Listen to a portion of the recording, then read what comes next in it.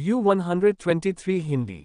अध्याय 1221, अध्याय 719, जीलिंग। कनिष्ठ भाई, बड़े भाई चेंग ने कहा कि आप मेरी मदद कर सकते हैं और मुझे आपकी सहायता मांगने को कहा। शिष्य ने बहुत विनम्रता से कहा। चेंग मो गर्व से खड़ा होकर अपना सिर हिला रहा था। इस बच्चे का नाम जीलिंग है, मेरी तरह वह जैन स्टेट से आता है। हालांकि जैन राज्य बहुत बड़ा है, मेरे चेंग परिवार और उसके जी परिवार के बीच ज्यादा बातचीत नहीं होती, लेकिन चूंकि हम एक ही राज्य से हैं और दोनों कियान राज्य में पढ़ रहे हैं, इसलिए हम मूलतः एक ही शहरवासी हैं, इसलिए स्वाभाविक रूप से जब वह मुसीबत में होता है तो मुझे उसकी मदद करनी पड़ती है। चेंग मो ने जीलिंग के कंधे पर थपथपाया। जीलिंग कृतज्ञता से मुस्कुराया। वह चेंग मो से बहुत छोटा था और उसके बगल में खड़ा होकर वह चेंग मो का छोटा अनुयायी लग रहा था। मो हुआ ने उत्सुकता से पूछा, क्या बात क्या बात? जी लिंग ने उत्तर दिया, मैंने एक पाप साधक को पकड़ने के लिए कुछ पुरस्कार स्वीकार किए हैं, लेकिन ये पाप साधक उच्च अग्नि मंत्रों का अभ्यास करता है, जो अत्यंत शक्तिशाली हैं और हम सभी उसका मुकाबला नहीं कर सकते। अग्नि मंत्रों से बचाव के लिए स्वाभाविक रूप से जल कवच कौशल बेहतर होगा, लेकिन हम में से किसी के पास जल श्रृंखला आध्यात्मिक जड़ नहीं है, इसलिए हम इसे नहीं सीख सकते।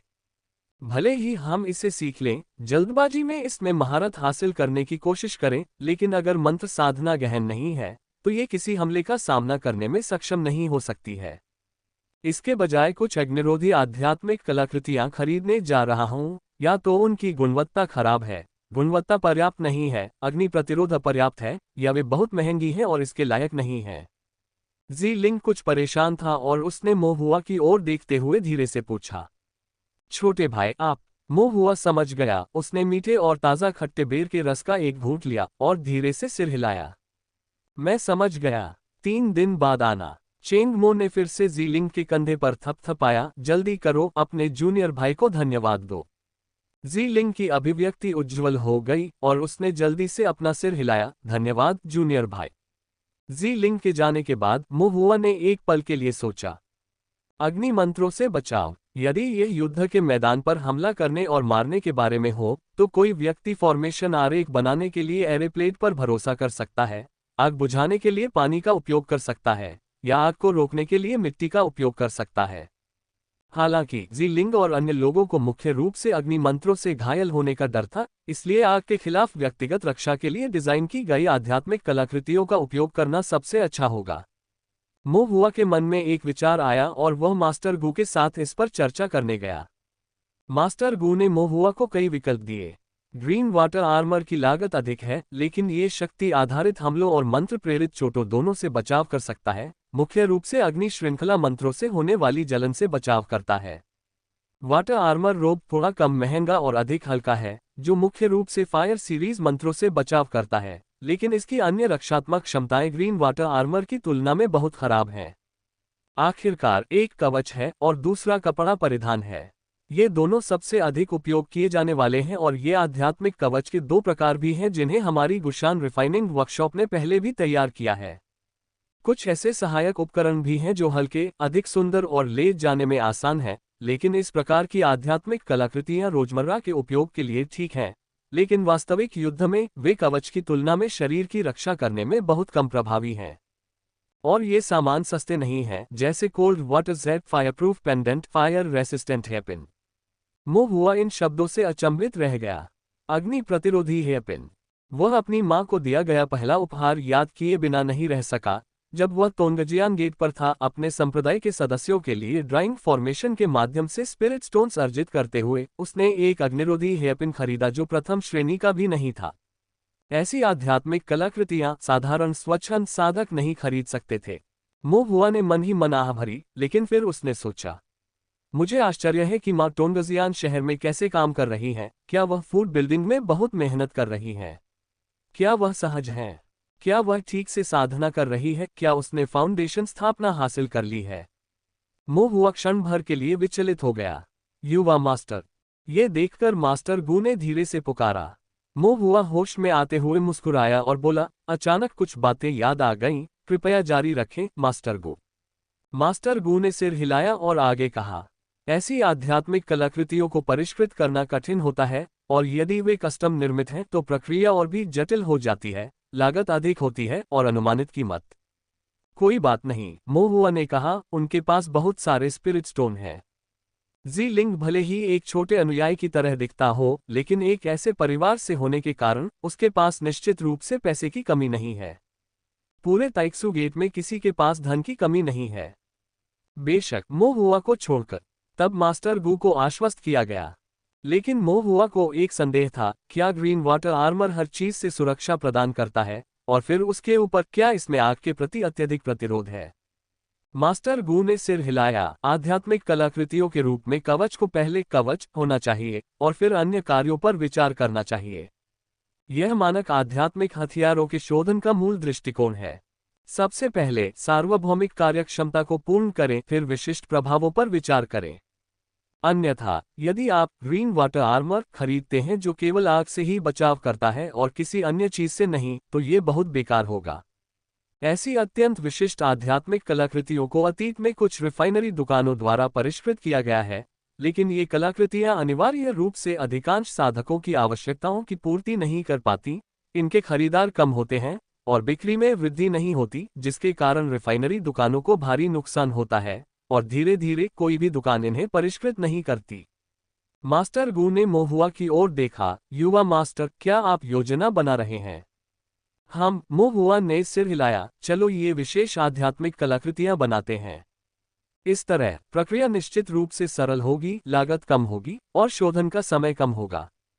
इसके अलावा, चूंकि ये अनुकूलित आध्यात्मिक कलाकृतियां हैं, इसलिए हमें हर पहलू में उत्कृष्टता प्राप्त करने की आवश्यकता नहीं है, बस एक विशेष कार्य में उत्कृष्टता प्राप्त करने की आवश्यकता है। मास्टर गू ने एक क्षण सोचा, फिर एक विचार आया और सिर हिलाकर कहा, यह सबसे अच्छा होगा, हम यंग मास्टर की इच्छा का पालन करेंगे। इसके बाद मोहुआ ने मास्टर गू द्वारा उपलब्ध कराए गए कुछ पुराने रिफाइनिंग डायग्राम के साथ फॉर्मेशन डायग्राम के आधार पर रिफाइनमेंट एरे मैप को डिजाइन करने में कुछ समय लिया। दोनों ने आधे दिन तक चर्चा की और विवरण को अंतिम रूप दिया। मास्टर गू फिर काम शुरू करने के लिए वापस चले गए। 3 दिन बाद जीलिंग फिर से मोहुआ को ढूंढते हुए आया। मोहुआ ने उन्हें बताया कि सब कुछ व्यवस्थित कर दिया गया है, लेकिन आध्यात्मिक कलाकृतियों को परिष्कृत करने में कुछ समय लगेगा। मोहुआ की पुष्टि प्राप्त करते हुए जीलिंग को लगा जैसे उसके कंधों से भार उतर गया हो। लगभग 8 दिन बाद मास्टर गू ने मोहुआ के विनिर्देशों के अनुसार 5 अग्निरोधी ताओवादी वस्त्रों को परिष्कृत किया, जिन पर मोहुआ द्वारा निर्माण अंकित किया गया। इन ताओवादी वस्त्रों का आग को पीछे हटाने के अलावा कोई अन्य उपयोग नहीं था। हालांकि उनका अग्नि विकर्षक प्रभाव लगभग चरम पर पहुंच गया था। हुआ ने जी लिंग को अग्नि प्रभुत्व के 5 ताओवादी वस्त्र सौंपे। जी लिंग ने गंभीरतापूर्वक उन्हें स्वीकार कर लिया और जब विश्राम का समय आया तो वह अग्नि मंत्र में कुशलपाप साधक को पकड़ने चला गया। 2 दिन बाद विश्राम अवधि समाप्त हो गई। जी लिंग अपने साथ 4 अन्य लोगों को लेकर मोहुआ से मिलने आया। जैसे ही वे मोहुआ के पास पहुंचे, उन्होंने सभी को श्रद्धांजलि दी और एक स्वर में कहा, धन्यवाद जूनियर भाई। जी लिंग बेहद उत्साहित था। आपके दिए हुए अग्नि सिद्धि के ताओवादी वस्त्र पहनकर हम उस पाप साधक से भिड़ गए। उसने हम पर चाहे जितने भी अग्नि मंत्र छोड़े हों, हम विचलित नहीं हुए, बस हल्की जलन महसूस हुई। पहले की तुलना में तो मानो जमीन आसमान का अंतर है। अंततः एक अंतिम मुठभेड़ के बाद हम उस खलनायक को पकड़ने में कामयाब रहे। अन्य लोग भी स्पष्ट रूप से उत्साहित थे। यद्यपि वे मोहुआ के समान ही थे, फिर भी उनकी प्रतिभा और योग्यताएं वास्तव में बहुत उत्कृष्ट नहीं थीं, कम से कम ताइक्सू गेट के भीतर मौजूद अनेक स्वर्गीय गौरवों की तुलना में तो नहीं। वास्तव में वे सभी 9 राज्यों के प्रमुख परिवारों से आए प्रतिभाशाली लोग थे। लेकिन जब वे कियान राज्य में एकत्र हुए, जो प्रतिभाशाली लोगों से भरा हुआ था, तो उनकी प्रतिभा की स्थिति उतनी स्पष्ट नहीं थी। हालांकि वे आम जनता में पूरी तरह घुल मिल नहीं पाए, लेकिन वे अपेक्षाकृत अधिक औसत दर्जे के थे। उनका दबाव बहुत अधिक था। मोहुआ के विपरीत, जो अपने ए ग्रेड या सी ग्रेड की परवाह किए बिना शांत रह सकते थे, वे इतने उदासीन नहीं हो सकते थे। इन प्रतिभाशाली शिष्यों को महत्वाकांक्षी होना ही था। उन्होंने अपने माता पिता और कुल की अपेक्षाओं का भार अपने कंधों पर उठाया। उन्हें हर चीज सीखने और उसमें उत्कृष्टता प्राप्त करने की आवश्यकता थी, किसी भी क्षेत्र में कोई कमी नहीं रहने दी। ताइक्सू गेट का ताओ साधना पाठ्यक्रम व्यापक और समय लेने वाला था। अपने भारी पाठ्यक्रम के बीच पुरस्कार अर्जित करने में उनकी प्रगति काफी धीमी थी। विशेष रूप से कुछ प्रतिभाशाली लोग जो अपने कुलों में ही पले बड़े, जिनमें महान प्रतिभा थी, लेकिन संघर्ष नापसंद था और जो नरसंहार से अनभिज्ञ थे, वे अपराधियों को पकड़ने के लिए ऐसे इनाम वाले अभियानों में शायद ही कभी शामिल होते थे। जी लिंग और उसके साथियों की तरह, हालांकि वे 3 वर्षों से संप्रदाय में शामिल थे, पाप साधकों को पकड़ने में उनका अनुभव अभी भी सीमित था और उनके तरीके अपरिष्कृत थे। इसके अलावा वे पाप साधकों का सामना कर रहे थे जो युद्ध में कठोर और चालाक थे। प्रारंभिक असफलताएं अपेक्षित थीं। अब अग्नि प्रभुत्व के दाववादी वस्त्रों की सहायता से एक शक्तिशाली शत्रु पर विजय पाकर और एक पाप साधक को पकड़कर, मिशन पूरा करके, अनुभव संचित करके तथा योग्यता अंक अर्जित करके वे सभी प्रसन्नता का अनुभव करने से खुद को रोक नहीं सके। कृतज्ञता के प्रतीक के रूप में जी लिंग और उसके साथियों ने महुआ को चिकन लेग्स खिलाए।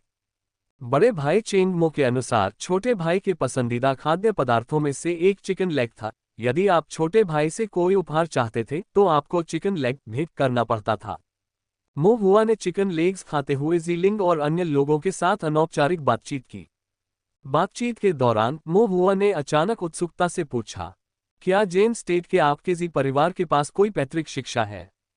सीटू जियान को ली फायर स्वॉर्ड तकनीक विरासत में मिली, यांग कियानजुन को यांग फैमिली स्पीयर तकनीक विरासत में मिली और जेन स्टेट से जीलिंग की तरह चेंगमू को माउंटेन स्प्लिटिंग एक्स तकनीक विरासत में मिली। लेकिन जीलिंग मो हुआ को वास्तव में उसमें कुछ भी अनोखा नहीं दिख रहा था। जीलिंग ने सिर हिलाया और जवाब दिया, जेन राज्य में कई पहाड़ हैं। जेन राज्य के हमारे जी परिवार को कान्यु कौशल विरासत में मिला है, जो पहाड़ों और नदियों की ऊर्जा को पहचानने, कब्रों में जीवन और मृत्यु स्थापित करने, येन यांग फैंग शुई गुप्त संरचना को आगे बढ़ाने में सक्षम है। येन यांग फैंग शुई गुप्त गठन। मो हुआ आश्चर्यचकित था, आप इस संरचना को जानते हैं? जी लिंग ने शर्मिंदगी से जवाब दिया, फॉर्मेशन के लिए मेरी प्रतिभा मामूली है और मैंने इसे नहीं सीखा। मैंने बस कुछ बुनियादी बातें सीखी हैं, जैसे ऊर्जा को पहचानना, पहाड़ों से भागना, कब्रों का पता लगाना और भूत प्रेतों और बुराइयों का दमन करना। मो हुआ ने हैरान होकर पूछा, ऊर्जा को पहचानना, पहाड़ों से भागना, कब्रों का निर्धारण करना, बुराइयों का दमन करना? जी लिंग ने बताया, ये पृथ्वी क्यूई तंत्र को समझने, पहाड़ों और नदियों का उपयोग करके खुद को छिपाने, भूगर्भ विज्ञान की जांच करने, कब्रों की स्थापना करने, शव परिवर्तन को रोकने, भूतों को बाहर निकालने और अधिक गहन क्षमताओं के बारे में है, जैसे मृत्यु के साथ जीवन को काटना, स्वर्गीय रहस्य को उल्टना और बदलना। मो हुआ की पुतलियां फैल गईं, उसका हृदय भयभीत हो गया। मृत्यु के साथ जीवन को काटना, स्वर्गीय रहस्य को उल्टना। जी लिंग ने माफी मांगते हुए सिर खुजलाते हुए कहा, लेकिन मेरा ज्ञान सती है क्योंकि मुझे इन कलाओं की सिर्फ सती समझ है, और इसके अलावा ये गुप्त पारिवारिक शिक्षाएं हैं। मेरे दादाजी ने मुझे इनके बारे में बात न करने की हिदायत दी है। मो हुआ की निगाहें चिंतनशील हो गईं, उसके विचार घटते बढ़ते रहे। मो हुआ की प्रतिक्रिया देखकर जी लिंग को चिंता हुई कि उसने उसे परेशान कर दिया होगा और उसने जल्दी से कहा, लेकिन छोटे भाई, अगर आपके पास समय हो तो आप जेन राज्य के कियोन यिन पर्वत प्रांतीय सीमा पर स्थित जी परिवार से मिल सकते हैं। मैं कुछ गुप्त तकनीकें सिखाने की स्थिति में नहीं हूं, लेकिन अगर मेरे दादाजी अनुमति दें तो उन्हें आगे बढ़ाने का मौका मिल सकता है। मो हुआ ने दृढ़ता से सिर हिलाते हुए कहा, अच्छा, जनरल राज्य क्यूओन यिन पर्वत प्रांतीय सीमा। मो हुआ ने इस स्थान को अपनी स्मृति में मजबूती से अंकित कर लिया। अल्पविराम। इसके बाद जब भी जी लिंग को किसी इनाम की खोज के बारे में अनिश्चितता होती या आत्मविश्वास की कमी होती, तो वह भोजन के समय शिष्य के निवास के भोजन कक्ष में जाता, एक चिकन पैर पेश करता और मोहुआ से सलाह लेता। जब पुरस्कार प्राप्त करने की बात आई तो मोहुआ के पास प्रचुर अनुभव था। यहां तक कि अग्नि बुद्ध भी उसके हाथों में पड़ गए। इन छोटे पाप साधकों की तो बात ही छोड़ दीजिए। इसलिए जब भी जी लिंग पूछता, मोहुआ के पास सटीक उत्तर होता। मो हुआ के मार्गदर्शन और सही संरचनाओं तथा आध्यात्मिक कलाकृतियों के साथ जी लिंग की आगे की पुरस्कार खोजें बड़ी कुशलता के साथ आसानी से पूरी हुई। इस वजह से जी लिंग मो हुआ का बहुत सम्मान करता था। यद्यपि वह युवा थे, फिर भी वे ज्ञानवान, संरचनाओं में कुशल, सक्रिय, पुनर्तः रणनीतिक और मिलनसार थे। इसमें कोई आश्चर्य नहीं कि एल्डर मास्टर झुन ने उन्हें जूनियर ब्रदर चुना। इसके अलावा चाहे इनाम की खोज कितनी भी कठिन क्यों न हो, जब तक कोई जूनियर भाई के निर्देशों का परिश्रम और सावधानी से पालन करता है, तो असफलता की संभावना कम थी और जोखिम बहुत कम हो गया था। ये सिर्फ एक कनिष्ठ भाई नहीं था, वह संप्रदाय के भीतर एक आदरणीय दादा के समान था जो अपना रास्ता भूल गए लोगों का मार्गदर्शन करता था। इसके बाद जी लिंग हर किसी से महुआ के बारे में शेखी बघारता। इस प्रकार भोजन कक्ष में भोजन के दौरान महुआ के बैठने के कुछ ही देर बाद कई शिष्य आ जाते, आदरपूर्वक उन्हें प्रणाम करते और विनम्रता से कहते, कनिष्ठ भाई, मैं पूछने के पक्ष में हूँ। मैं एक आध्यात्मिक कलाकृति खरीदना चाहता हूँ। मैं पाप साधक को पकड़ नहीं पा रहा हूँ। कृपया कनिष्ठ भाई मुझे अपना मार्गदर्शन प्रदान करें। इन शिष्यों में से कुछ परिचित थे और कुछ अपरिचित, सभी के साथ महुआ ने समान व्यवहार किया और उन्हें उत्तर देने का भरसक प्रयास किया। कभी कभी जिन आध्यात्मिक कलाकृतियों की आवश्यकता होती थी वे विभिन्न प्रकार की होती थीं। स्काउटिंग के लिए सीनान, छिपी हुई चीजों को उजागर करने के लिए आध्यात्मिक दर्पण, मंत्रों, तलवारों और हाथ से हाथ की लड़ाई से बचाव के लिए कवच, साथ ही कवच तोड़ने, रक्तस्राव करने और 5 तत्वों की जादुई क्षति पहुंचाने वाले हथियार भी हैं। इन मांगों के लिए महुआ ने संरचना के अनुसार व्यक्तिगत शोधन सरणी मानचित्र भी डिजाइन किए और मास्टर गू के शोधन के साथ उन्हें पूर्ण आध्यात्मिक कलाकृतियों में बदल दिया। लेकिन इसके बाद एक समस्या उत्पन्न हो गई। महुआ काम से अभिभूत था। रिफाइनमेंट एरे मैप्स का डिजाइन बनाना आसान था क्योंकि यह फॉर्मेशन से संबंधित था और महुआ ने इससे सीखा। लेकिन छोटी छोटी बातें, विशेषकर आध्यात्मिक उपकरण बेचना, मूल्य निर्धारण, हिसाब किताब और सामान पहुंचाना, वास्तव में समय की बर्बादी थी। उन्होंने कुछ देर तक विचार किया और एक समाधान निकाला। अपनी छुट्टी के दौरान महुआ मास्टर गू को खोजने गया और पूछा, मास्टर गू, क्या गू परिवार के पास ताइजू शहर में दुकानें, बाजार, कस्बे या स्टोर फ्रंट है? मास्टर गू आश्चर्यचकित और अचंभित रह गए। क्या युवा मालिक का मतलब है? महुआ ने कहा, अनुकूलित आध्यात्मिक उपकरण, बस उन्हें बिक्री के लिए स्टोर में ले जाएं, आप लाभ का पता लगा सकते हैं। यद्यपि स्पिरिट स्टोन्स अर्जित करना अच्छी बात है, परंतु अभी उसके पास करने के लिए और भी महत्वपूर्ण कार्य हैं। और इन आत्मा पत्थरों से वह मास्टर गू और अन्य लोगों को आर्थिक सहायता देना चाहता था, विशेष रूप से गुशान रिफाइनिंग वर्कशॉप के गरीब आर्टिफैक्ट रिफाइनर्स। महुआ के लिए वास्तविक परिस्थितियों में फॉर्मेशन के अनुप्रयोग का अभ्यास करना, ज्ञान को क्रिया के साथ एकीकृत करना तथा फॉर्मेशन की समझ को गहरा करना, यही पर्याप्त था। वह व्यक्तिगत रूप से इस पहलू में बहुत अधिक स्पिरिट स्टोन अर्जित करने में रुचि नहीं रखते थे। वेनरेन वान की तलाश न करने का कारण ये था कि महुआ जानता था कि चाची वान की अपनी कठिनाइयां थीं और ऐसे तुच्छ मामले उन्हें परेशान करने लायक नहीं थे। मास्टर गू का दिल थोड़ा कांप उठा और उन्होंने तुरंत कहा, मैं पूछताछ करने जाऊंगा। यद्यपि वह गू परिवार का गोल्डन कोर है और रिफाइनरी शॉप की देखरेख करता है, लेकिन वह इसके संचालन की बारीकियों से विशेष रूप से परिचित नहीं है। लेकिन वह ये भी जानते हैं कि यह सचमुच जीवन में एक बार मिलने वाला अवसर हो सकता है। मास्टर गू ने विशिष्ट स्थिति का पता लगाने के लिए अपने नेटवर्क का कुछ उपयोग किया और फिर महुआ से कहा, ताइजू शहर में ताइक्सू गेट के पास गू परिवार की संपत्तियां ज्यादा नहीं हैं, केवल एक दुकान है। ये स्टोर मामूली मुनाफा कमाता है, इसलिए ये गोलियां, आध्यात्मिक कलाकृतियां और निर्माण संबंधी वस्तुएं जैसी हर चीज थोड़ी थोड़ी मात्रा में बेचता है ताकि जितना हो सके उतना कमा सके। मेरे कबीले में कुछ नेटवर्क है, इसलिए मैंने हमारे स्टोर पर अनुकूलित आध्यात्मिक कलाकृतियों की बिक्री की व्यवस्था की। स्टोर अर्जित स्पिरिट स्टोन्स में से 10% हिस्सा लेगा। महुआ ने सिर हिलाया, लेकिन वास्तव में उन्हें इन व्यापारिक मामलों के बारे में ज्यादा समझ नहीं थी। उन्होंने इसे मास्टर गू पर छोड़ दिया। संभवतः इसी तरह मामला सुलझा लिया गया। और भले ही महुआ ने कुछ नहीं कहा, फिर भी वेनरेन वान को पता चल गया। कियानेक्स्यू राज्य सीमा के आसपास के क्षेत्र में गू परिवार और वेनरेन परिवार द्वारा सहयोग किए जाने वाले अधिकांश ताओ खेती उद्यमों की देखरेख वेनरेन वान द्वारा की जाती थी। इससे पहले यहाँ कुछ रिफाइनरी दुकानें और शांगुआन परिवार के स्टोर भी थे, लेकिन शांगुआन परिवार ने उन्हें वापस ले लिया और शेन परिवार को किराए पर दे दिया। ये शांगचे द्वारा लिया गया निर्णय था और वेनरेन वान इसके बारे में कुछ नहीं कर सकता था। हालांकि इसके अलावा वेनरेन परिवार और गू परिवार के बीच कुछ ताओ खेती उद्यम अभी भी वेनरेन वान के नियंत्रण में थे। जब मास्टर गू ने गू परिवार के कबीले में दुकान के बारे में पूछताछ की तो सरसराहट उनकी नज़र से बच नहीं सकी। यहाँ तक कि मास्टर गू की अपने नेटवर्क का उपयोग करने और स्टोर पर अनुकूलित आध्यात्मिक कलाकृतियों की बिक्री की व्यवस्था करने की क्षमता भी वेनरेन वान की सहमति से ही संभव थी। वेनरेन वान ने महुआ की खातिर पूरी तरह से इस पर सहमति व्यक्त की। अन्यथा ताइजू शहर जैसी जगह में, जो एक महान संप्रदाय से सटा हुआ है, स्टो को किराए पर लेने की लागत ही अविश्वसनीय रूप से महंगी होगी। ये लागत मास्टर गू के लिए भी वहन करने योग्य नहीं होगी। आयोग पर निर्णय भी वेनरेन वान द्वारा लिया गया था। ये कमीशन मोहुआ के लिए उनके द्वारा निर्धारित किया गया था।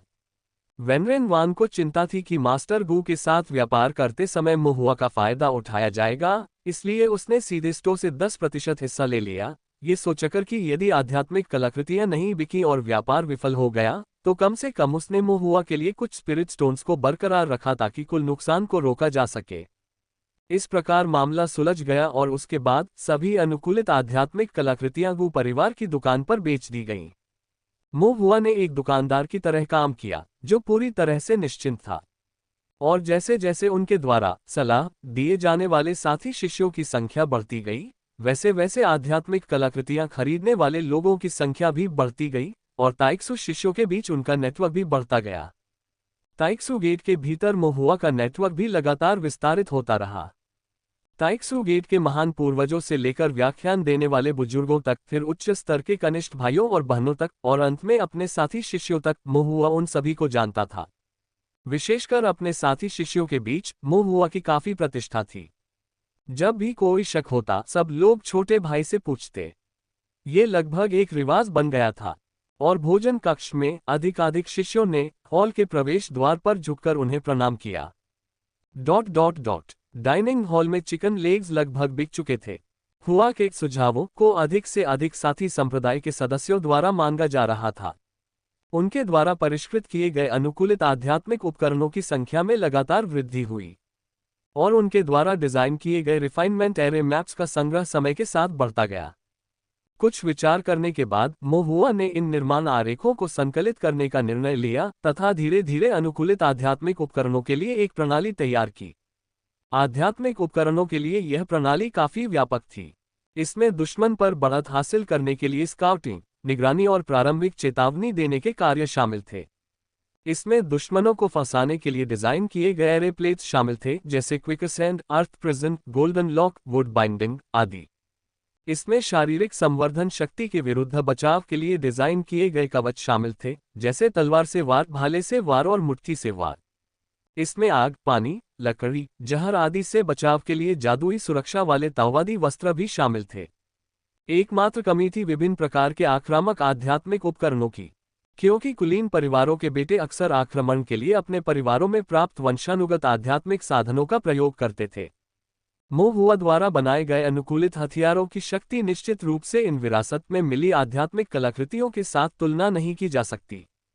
उन्होंने जो आध्यात्मिक उपकरण बनाए थे वे अधिकतर विशिष्ट कार्यों के लिए थे, जैसे कि कवच तोड़ने वाले ब्लेड, जो दुश्मन के भारी कवच को भेदने के लिए डिजाइन किए गए हैं, या अग्नि तलवार, जल तलवार, स्वर्ण तलवार और अन्य, जिनका उपयोग उन शिष्यों को गुण आक्रमण के साधन प्रदान करने के लिए किया जाता था जिनमें कुछ आध्यात्मिक मूल गुणों की कमी होती थी।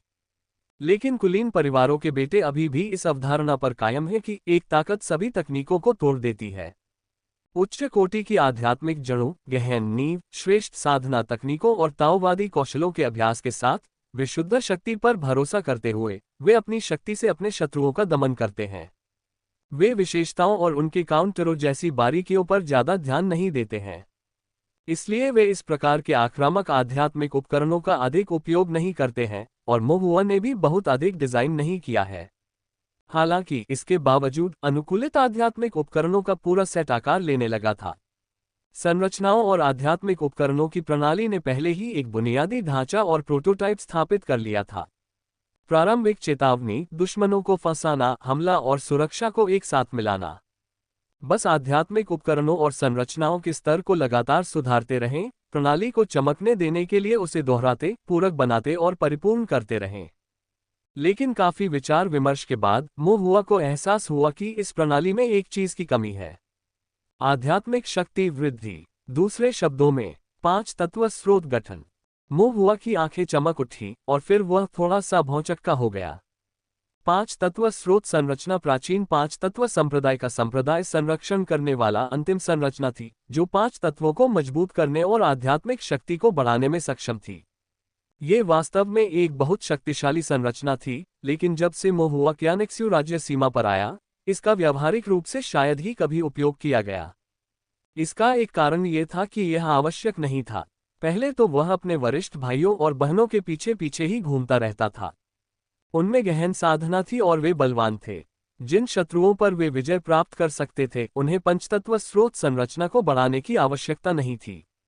बाल्ड ईगल को पकड़ने के दौरान केवल एक ही अवसर आया, जब सीनियर सिस्टम मुरोग ने पंचतत्व स्वर्ण स्रोत संरचना के संवर्धन के तहत बाल्ड ईगल को नष्ट करने के लिए 5 रंगों की चमक के साथ संघनित एक सुपीरियर दाओइस्ट मैजिक मंत्र का उपयोग किया। लेकिन वह एकमात्र समय था। जहां तक उन शत्रुओं का प्रश्न है जिन्हें वे पराजित नहीं कर सकते, उनसे कोई भी मुकाबला न करना ही बेहतर है। बुद्धिमान लोग ढहती दीवार के नीचे नहीं खड़े होते। जब तक बहुत जरूरी न हो, किसी शक्तिशाली विरोधी के साथ जीवन मरण का संघर्ष करने का जोखिम उठाने की कोई जरूरत नहीं है। आध्यात्मिक शक्ति को बढ़ाने और विजय या मृत्यु का निर्धारण करने के लिए पंचतत्व स्रोत संरचना का उपयोग करना एक ऐसा मामला है जहां जीवन और मृत्यु एक धागे पर टिकी हुई है। थोड़ी सी भी लापरवाही और व्यक्ति की मृत्यु हो जाएगी। इसलिए यदि आप इससे बच सकते हैं तो इसमें शामिल न होना ही बेहतर है। दूसरा कारण 5 तत्व स्रोत संरचना की सटीक आवश्यकताएं हैं। साधकों को संरचना के भीतर खड़ा होना चाहिए ताकि वे इसके सुदृढ़ीकरण प्रभाव प्राप्त कर सकें, और संरचना के बाहर खड़े होने पर आध्यात्मिक शक्ति की वृद्धि समाप्त हो जाती है। ये बैठे बैठे ही बैठे रहने के बराबर है। विशेष रूप से आध्यात्मिक साधक जो उच्च आक्रमण, निम्न रक्षा पर निर्भर रहते हैं तथा अपने मंत्रों पर निर्भर रहते हैं, वे जीवन मरण की लड़ाइयों में शारीरिक साधकों के साथ नजदीकी मुकाबले से सबसे अधिक डरते हैं। यद्यपि उनकी मंत्र शक्ति 5 तत्व स्रोत संरचना द्वारा बढ़ा दी गई है, उनकी गतिविधियां और भी अधिक प्रतिबंधित है, प्रभावी रूप से एक स्थिर कांच की तोप बन गई हैं। यह एक दोधारी तलवार है जिसके अपने फायदे और नुकसान हैं। उपयोग के लिए बहुत गुण और कमियां लाभ से अधिक हैं। शरीर साधकों के लिए 5 तत्व स्रोत संरचना भी कुछ हद तक निरर्थक लगती है। पंचतत्व स्रोत निर्माण पंचतत्वों को मजबूत करता है और आध्यात्मिक शक्ति को बढ़ाता है।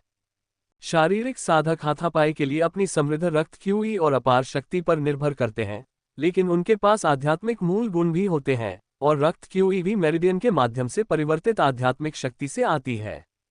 इसलिए भले ही शरीर साधक मंत्रों में निपुण नहीं होते, फिर भी वे भी पंचतत्व स्रोत संरचना के प्रवर्धन से लाभ उठा सकते हैं। हालांकि आध्यात्मिक शक्ति से रक्त क्यूई में परिवर्तन के कारण शरीर साधकों की पंच तत्वों से प्राप्त वृद्धि आध्यात्मिक साधकों द्वारा मंत्रों के प्रत्यक्ष प्रयोग जितनी प्रभावी नहीं होती। बॉडी कल्टीवेटर्स के लिए सबसे बड़ी समस्या भी गतिशीलता पर प्रतिबंध है। हाथापाई की लड़ाई में आगे बढ़ने और पीछे हटने में लचीलेपन की आवश्यकता होती है, साथ ही गतिशीलता तकनीकों पर और भी अधिक निर्भरता होती है। वास्तविक युद्ध में तीव्र आदान प्रदान और हमलों के साथ इसके 5 तत्वों के स्रोत गठन की सीमा के भीतर बने रहने की संभावना और भी कम हो जाती है, क्योंकि यह आत्मसीमित होगा। अन्यथा आप न केवल लक्ष्य बनेंगे बल्कि मूर्ख भी बनेंगे। अतः 5 तत्व स्रोत संरचना बहुत मजबूत दिखने के बावजूद वास्तव में उपयोग में बहुत प्रतिबंधात्मक है तथा विभिन्न कारकों द्वारा बाधित है। जब तक मोहुआ ने एक क्षण के लिए सोचा, कवच, ताओवादी वस्त्र और ऐसे आध्यात्मिक उपकरणों पर 5 तत्वों के स्रोत संरचना को उत्कीर्ण करना। इन्हें हर समय पहनने से बिना किसी प्रतिबंध के आवागमन सुविधाजनक हो जाता है। ये सबसे अच्छा समाधान है। ये सिर्फ इतना है कि पहले कोई शर्तें नहीं थीं, मोहुआ को ऐसे विशेष कवच या ताओवादी वस्त्र को परिष्कृत करने वाला कोई नहीं मिला। साधना, संरचना सीखने और पुरस्कार कार्यों में व्यस्त होने के कारण उनके पास इस पर विचार करने का समय नहीं था। पर अब मोहुआ ने इस पर ध्यानपूर्वक विचार किया। वह संप्रदाय तक ही सीमित था और संयोगवश वह अनुकूलित आध्यात्मिक उपकरणों के विकास का अध्ययन कर रहा था। साथ ही तृतीय श्रेणी के कलाकृति शोधक मास्टर गु भी उसकी सहायता कर रहे थे। समय, परिवेश और लोग सभी उसके पक्ष में थे। ये 5 तत्व स्रोत संरचना के व्यावहारिक अनुप्रयोग का अध्ययन करने का सही अवसर था। यदि सफलतापूर्वक शोध किया जाए तो यह एक बार पूजनीय और अब लगभग विलुप्त हो चुका प्राचीन पंचतत्व संप्रदाय का अंतिम स्वरूप रशन संप्रदाय नदियों और झीलों में वापस लौट सकता है। और यह परम संरचना उनके द्वारा निर्मित संरचनाओं और आध्यात्मिक उपकरणों की प्रणाली के अंतिम भाग की पूर्ति कर सकती है। आध्यात्मिक शक्ति वृद्धि। मोहुआ की आंखें चमक उठी जैसे जैसे उसके विचार स्पष्ट होते गए। ताओ खेती उद्योग का एकीकरण। कलाकृतियों के परिष्करण को संरचनाओं के साथ संयोजित करना, जिसे अंततः साधकों पर लागू किया जाएगा।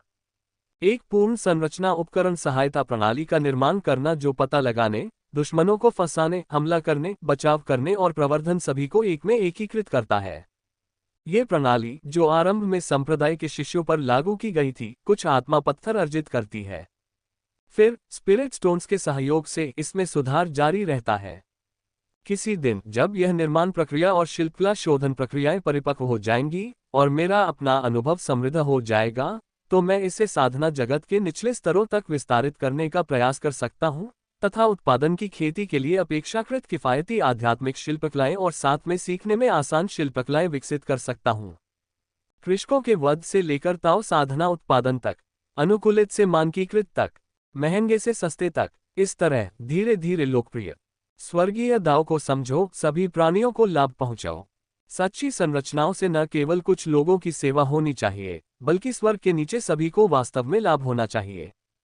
मोहुआ चौंक गया, उसका मन स्पष्ट हो गया और संरचना और दुनिया के तरीकों के बारे में उसकी समझ गहरी हो गई। इसके बाद मोहुआ 5 तत्व स्रोत संरचना के लिए उपयुक्त कवच और ताओवादी वस्त्रों पर शोध शुरू करने के लिए बेसब्री से इंतजार कर रहा था। हालांकि ऐसा कवच काफी विशेष है। 5 तत्व परम संरचना की विरासत विलुप्त होने के कगार पर थी तथा संगत आध्यात्मिक कलाकृतियों या संरचना मीडिया का शायद ही कोई रिकॉर्ड बचा था। अगर होते भी तो मोहुआ उन्हें ढूंढ नहीं पाता। वह केवल धीरे धीरे आगे बढ़ने का रास्ता महसूस कर सकता था, फिर मास्टर गू के साथ इस पर चर्चा कर सकता था। इसमें कुछ समय लगेगा। लगभग 1 महीने बाद मास्टर गू ने व्यक्तिगत रूप से ताइक्सू गेट का दौरा किया, मोहुआ से बात की और फिर कवच का एक प्रोटोटाइप तैयार किया। मास्टर गू ने वापस जाकर इसे परिष्कृत करने का प्रयास करने की योजना बनाई। परिणाम के संबंध में वह निश्चित नहीं था क्योंकि मोहुआ की आवश्यकताएं अजीब थीं और उसने पहले कभी इस प्रकार की आध्यात्मिक कलाकृति को परिष्कृत नहीं किया था। लेकिन मास्टर गू ने ज्यादा कुछ नहीं पूछा। आखिरकार संरचनाओं का मामला बहुत जटिल और अस्पष्ट था और वह उन्हें समझ नहीं पा रहा था। उसे बस कलाकृतियों के परिष्करण पहलू पर ध्यान देना था। चर्चा के बाद मास्टर गू ने ताइक्सू गेट छोड़ दिया और फिर शहर के भीतर दुकानों का दौरा किया। उसने एक अनुकूलित आध्यात्मिक कलाकृति बेची थी और वह स्पिरिट स्टोन्स इकट्ठा करने जा रहा था।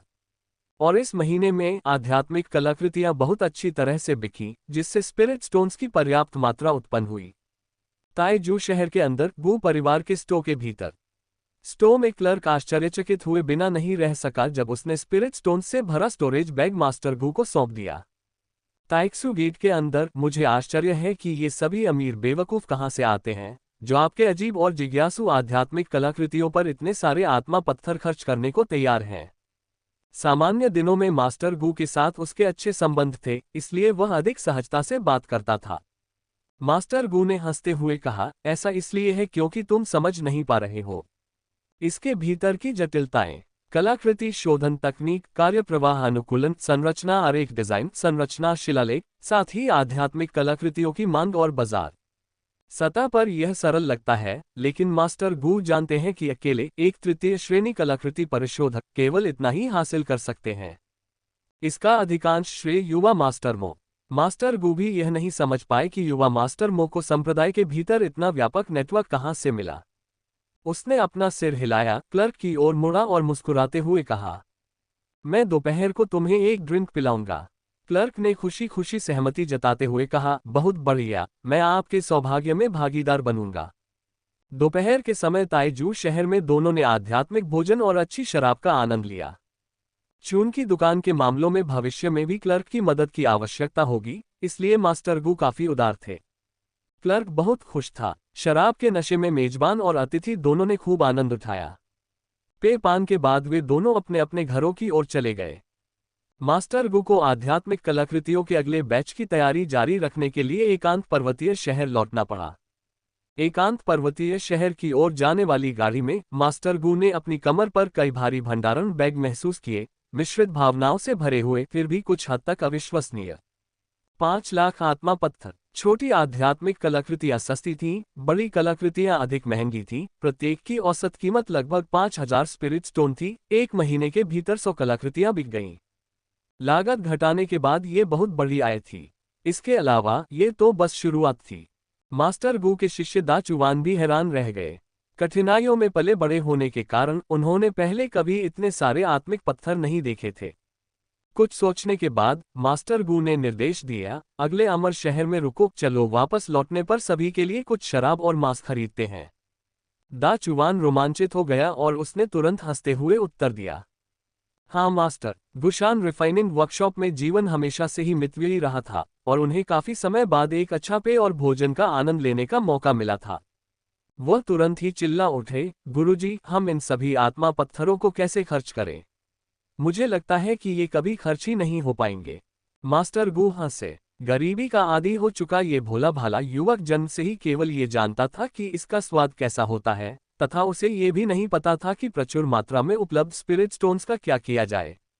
यदि वह इसके बारे में सोच भी ले तो भी उसे कुछ नहीं सूझेगा।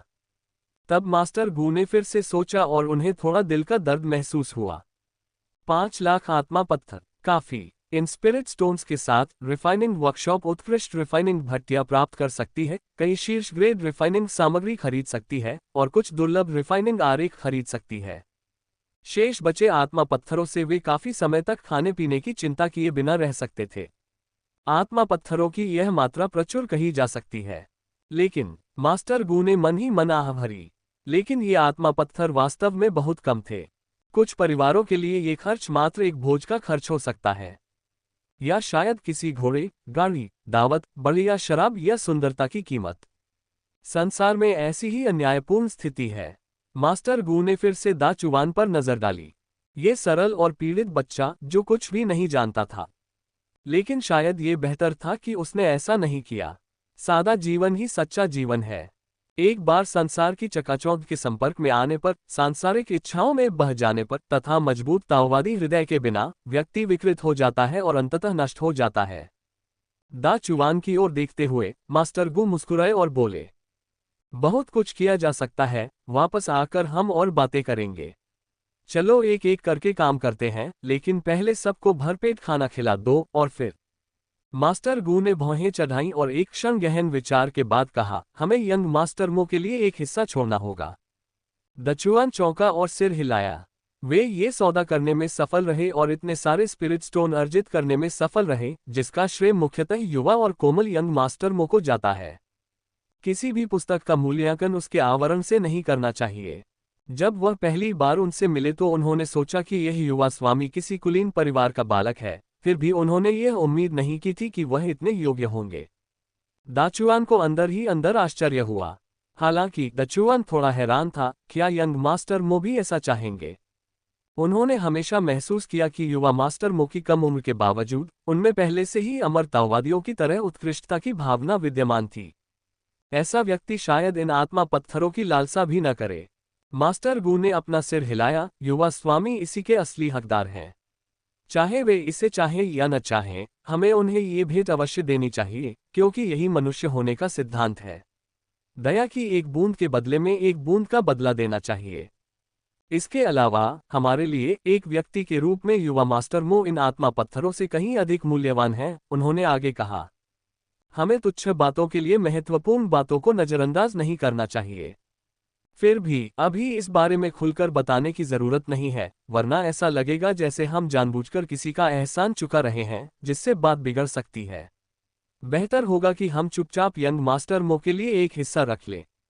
दचुआन ने बार बार सिर हिलाया, मास्टर, आपने इस पर काफी विचार किया है। मास्टर गू ने अपने स्टोरेज बैग को अपनी कमर पर थपथपाया और यहां तक कि उनके दृढ़ चेहरे पर भी मुस्कान आ गई। अल्पविराम। ताइक्सू गेट के भीतर इस समय मो हुआ इस बात से अनजान था कि 2 लोग गुप्त रूप से उसके लिए स्पिरिट स्टोन्स बचा रहे थे, बिना यह एहसास किए कि अब उसके पास 2 छोटे स्पिरिट स्टोन वॉल्ट थे। मो हुआ ने फॉर्मेशन की कला का अध्ययन जारी रखा। उसके कवच को अभी भी परिष्कृत करने की आवश्यकता थी और उससे पहले वह हमेशा की तरह परिश्रमपूर्वक गठन का अध्ययन करेगा। मो हुआ मेज पर लेटा हुआ था, धीरे धीरे स्ट्रोक दर स्ट्रोक द्वितीय श्रेणी 17 पैटर्न संरचना बना रहा था। एक को पूरा करने के बाद वह दूसरा चित्र बनाने के लिए आगे बढ़ा। ये सभी कार्य एल्डर मास्टर झुन द्वारा उसे सौंपे गए थे। जितना हो सके उतना सीखो, जितना ज्यादा सीखोगे उतना अच्छा, जितना ज्यादा ठोस सीखोगे उतना अच्छा। अगर तुम्हें और भी फॉर्मेशन डायग्राम चाहिए तो मेरे पास आओ। एल्डर मास्टर झुन के शब्द महुआ के कानों के लिए संगीत थे, लेकिन उसके दिल में कुछ उलझन सी महसूस हुई। प्रारंभ में एल्डर मास्टर जून कहा करते थे कि उन्हें संप्रदाय की प्रणाली की उपेक्षा नहीं करनी चाहिए और उन्हें फॉर्मेशन डायग्राम के बदले में स्वयं मेरिट पॉइंट अर्जित करने चाहिए। फिर भी अब एल्डर मास्टर जून को उनकी कोई परवाह नहीं थी। वह उसे लगातार पढ़ाई करने के लिए प्रेरित कर रहा था और उसे जबरदस्ती शिक्षा का ज्ञान दे रहा था। यद्यपि महुआ को बहुत भूख लगी थी और वह जल्दी ही खाना पचा लेता था, तथा एल्डर मास्टर झुन जो भी उसे खिलाते थे उसे खा लेता था, फिर भी उसके मन में कुछ संदेह थे। क्या एल्डर मास्टर जून जल्दी में थे? लेकिन उसे जल्दी किस बात की हो सकती है? क्या ऐसा हो सकता है कि एल्डर मास्टर जून की कोई और योजना थी? महुआ कुछ उलझन में था।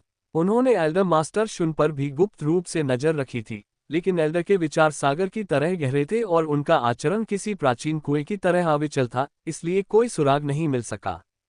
महुआ ने संकोच से पूछा, एल्डर मास्टर जून, क्या मुझे अभी भी मूल्यांकन के लिए जाना होगा? वह पहले से ही प्रवेश स्तर के उच्च श्रेणी के द्वितीय श्रेणी के फॉर्मेशन बना सकता था, और फॉर्मेशन में उसका अनुभव और आधार व्यापक और ठोस था। उसने फॉर्मेशन की एक बेहद विस्तृत श्रृंखला सीखी थी। फॉर्मेशन मूल्यांकन में भाग लेना और मध्य चरण द्वितीय श्रेणी फॉर्मेशन मास्टर के रूप में वर्गीकृत होना कोई समस्या नहीं होनी चाहिए। ये सुनकर एल्डर मास्टर जून की आंखें थोड़ी ऊपर उठ गईं और उन्होंने बस इतना कहा, कोई जल्दी नहीं है। ओह, महुआ को अपने दिल में यकीन था कि एल्डर मास्टर जून के पास कोई योजना जरूर होगी। लेकिन चूंकि एल्डर मास्टर झुन ने कहा था कि कोई जल्दी नहीं है, इसलिए वह भी जल्दी में नहीं थे। आखिरकार जब तक उनके पास फॉर्मेशन की पढ़ाई थी, वह काफी अच्छा था। जितना अधिक वह फॉर्मेशन के बारे में सीखता, उतनी ही उसकी समझ गहरी होती, उसकी उपलब्धियां उतनी ही अधिक होती तथा उसकी नींव उतनी ही मजबूत होती। महुआ की दिव्य भावना मजबूत थी और वह जल्दी ठीक हो गई, साथ ही उसके पास सहायता के लिए ताओवादी स्तंभ भी था। उद्धरण चिन्ह, उद्धरण चिन्ह, उद्धरण चिन्ह। दिन रात संरचनाओं का अध्ययन करते हुए, हालांकि वह केवल 17 पैटर्न के साथ ही उन्हें सीख सकता था, द्वितीय श्रेणी के उच्च स्तरीय संरचना में महुआ की नींव पहले से ही कई वास्तविक द्वितीय श्रेणी के उच्च स्तरीय एरे मास्टर्स की तुलना में अधिक ठोस थी। रेत को एक टावर में इकट्ठा करें। अब उसे जो करने की आवश्यकता थी, या यूं कहें कि एल्डर मास्टर झुन ने उसे जो करने के लिए कहा था, वह था संरचनाओं की नींव को निरंतर विस्तारित, समेकित और गहरा करना। कई दिन बीत गए थे और उसका कवच अभी भी परिष्कृत नहीं हुआ था। जब महुआ भोजन कक्ष में भोजन कर रहा था, चेंगमो ने अचानक उसे ढूंढ लिया और पूछा, कनिष्ठ भाई, क्या आप राक्षसी शक्ति या राक्षसी क्यूई को दूर भगाने का कोई तरीका जानते हैं? महुआ हैरान था, क्या आप दानव साधकों के साथ काम कर रहे हैं? चेंगमो ने एक पल सोचा और कहा, नहीं, ये ताओवादी दरबार द्वारा जारी एक इनामी मिशन है, जिसमें कुछ पाप साधकों को पकड़ने के लिए कहा गया है। बात बस इतनी है कि इन लोगों ने कुछ दुष्ट दानव कौशलों का अभ्यास किया है, लेकिन वे रूढ़िवादी नहीं हैं, मानो राक्षसत्व के आधे रास्ते पर हो। मुसीबत होने से पहले ही उसे रोकने के लिए मैं आपसे पूछने आया हूं। महुआ ने अपनी भौहें सिकोड़ ली। क्या आप दुष्ट दानव कौशल का अभ्यास कर रहे हैं और राक्षसत्व की आधी अवस्था में हैं? ताओवादी न्यायालय द्वारा जारी किया गया मिशन। महुआ चौंक गया। उसे अचानक वह बात याद आ गई जो अंकल गू ने उससे पहले कही थी। अज्ञात मूल के दानव साधकों का एक समूह क्यानेक्स्यू राज्य सीमा के बाहरी इलाके में घुस आया है। उनकी उत्पत्ति स्पष्ट नहीं की गई है, ये भी स्पष्ट नहीं है कि उनकी संख्या कितनी है या उनकी खेती किस प्रकार की होती है। उनकी गतिविधि का दायरा क्यानेक्स्यू राज्य के पास द्वितीय और तृतीय श्रेणी की छोटी राज्य सीमाओं के बाहरी इलाके तक सीमित है, अज्ञात योजनाओं के साथ, लेकिन निश्चित रूप से कुछ भी अच्छा नहीं है।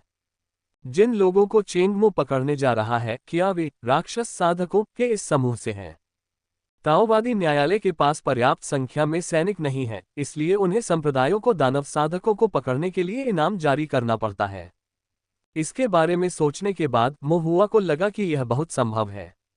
इसके अलावा चेंगमो द्वारा इसका उल्लेख करने के बाद उसे याद आया कि हाल ही में जो साथी संप्रदाय के सदस्य उससे परामर्श करने आए थे, उन्होंने जो पुरस्कार लिए थे, जो प्रश्न पूछे थे, वे सभी अधिक खतरनाक लग रहे थे। पहले यह आकाश चोरों को पकड़ने, कुछ पाप साधकों को गिरफ्तार करने के बारे में था। अब जिन विरोधियों से उन्हें निपटना था, वे स्पष्ट रूप से हताश थे और उनके हाथ खून से सने हुए थे। अब इसे देखते हुए उन्होंने जो पुरस्कार लिए थे वे संभवतः अंकल गू द्वारा उल्लिखित राक्षस साधकों के उस समूह से निपटने के उद्देश्य से थे। कुछ देर विचार करने के बाद मो हुआ ने सावधानीपूर्वक कहा, दुष्ट दानव कौशल विविध हैं। उदाहरण के लिए कुछ लोग लोगों की विवेकशीलता को छीनने के लिए दुष्ट क्यूई का उपयोग करते हैं, कुछ के खून में जहर होता है, कुछ आदतन भयावह दुष्ट कलाकृतियों का उपयोग करते हैं और कुछ दूसरों से पुनःपूर्ति की खेती करते हैं। यदि आपका सामना उन लोगों से हो जो बुरी क्यूई की साधना करते हैं, तो आपको उनसे दूरी बनाए रखनी चाहिए और उनकी आंखों में नहीं देखना चाहिए। रक्त ले जाने वाले विष का मुकाबला अग्नि मंत्र या संरचनाओं से किया जाना चाहिए। भयावह बुरी कलाकृतियों के लिए आध्यात्मिक कलाकृतियों के साथ सीधे टकराव न करें, विशेष रूप से विरासत में मिली कलाकृतियों के साथ। ऐसा न हो कि वे दूषित हो जाएं। जो लोग दूसरों से पुनःपूर्ति प्राप्त करते हैं उनके पास आमतौर पर असाधारण गतिशीलता तकनीक होती है, इसलिए एक बार पकड़े जाने पर उन्हें फिर से बुराई करने से रोकने के लिए उनके 3 पैर तोड़ दें। मो हुआ ने दानव साधकों द्वारा उपयोग की गई सभी तकनीकों को साझा किया जिन्हें उन्होंने बी माउंटेन दानव गुफा में देखा था, साथ ही विभिन्न दानव कौशल जो उन्होंने देखे थे, जैसे कि अपने घर से खजाने की सूची बनाना, चेंग मो के साथ। चेंग मो हैरान रह गया। वह बहुत देर तक हिचकिचाया, इधर उधर देखता रहा, फिर घबराहट से अपनी आवाज धीमी करके बोला, छोटे भाई, आप इससे इतने परिचित कैसे हैं? आप तो। मो हुआ ने उदासीनता से उसकी ओर देखा, अपने आप को और अपने दुश्मन को जानो और तुम 100 लड़ाइयों में भी कभी नहीं हारोगे।